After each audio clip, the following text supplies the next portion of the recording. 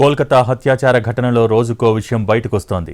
Incident జరిగిన రోజు మాజీ ప్రిన్సిపాల్, ఒక పోలీస్ అధికారి ఒకరికొకరు టచ్లో ఉన్నారని సీబీఐ గుర్తించింది.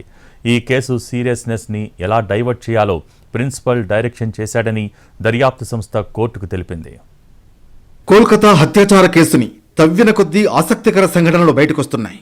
ఆర్జికర్ మెడికల్ కాలేజీ మాజీ ప్రిన్సిపల్ సందీప్ ఘోష్ తెర వెనుక చాలా వ్యవహారమే నడిపాడని సీబీఐ గుర్తించింది. ఆ ఇన్సిడెంట్ జరిగిన రోజు సందీప్ ఘోష్ వెంటనే ఒక పోలీస్ అధికారితో టచ్లోకి వెళ్లినట్లు తేలింది. కేసును తప్పుదోవ పట్టించడానికి మాజీ ప్రిన్సిపల్, పోలీస్ అధికారి అభిజిత్ మండల్ ఇద్దరూ కుమ్మక్కయ్యారని సీబీఐ కోర్టుకు తెలిపింది. ఇద్దరినీ కోర్టులో హాజరుపరిచిన సీబీఐ ఘటన వెలుగు చూసిన అనంతరం ఇద్దరూ కూడబలుక్కుని ఈ కేసులో ఎలా ముందుకు వెళ్లాలో మండల్కు సందీప్ ఘోష్ డైరెక్షన్ ఇచ్చినట్లు సీబీఐ తెలిపింది. ఆగస్టు 9న ఉదయం 10 గంటల ప్రాంతంలో లేడీ డాక్టర్ మృతి గురించి పోలీస్ అధికారికి సమాచారం అందింది. రాత్రి 11 గంటల సమయంలో ఎఫ్ఐఆర్ రిజిస్టర్ అయింది.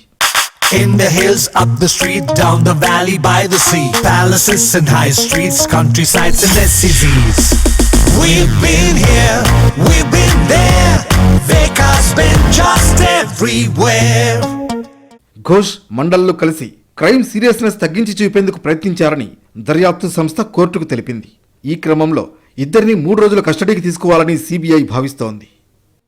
ఆర్జికర్ మెడికల్ కాలేజీ ఆర్థిక వ్యవహారాల్లో అవకతవకల కేసులో సందీప్ ఘోష్ ని ఇప్పటికే సీబీఐ అరెస్ట్ చేసింది.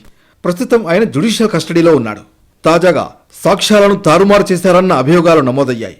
ఈ హత్యాచార ఘటనకు సంబంధించి ఎఫ్ఐఆర్ నమోదులో ఆలస్యం, విచారణలో సరైన సమాధానాలు చెప్పకపోవడం వంటి కారణాలతో పోలీస్ అధికారి అభిజిత్ మండల్ను అరెస్ట్ చేశారు. ఈ కేసులో ఇప్పటి వరకు 3 అరెస్ట్ చేశారు.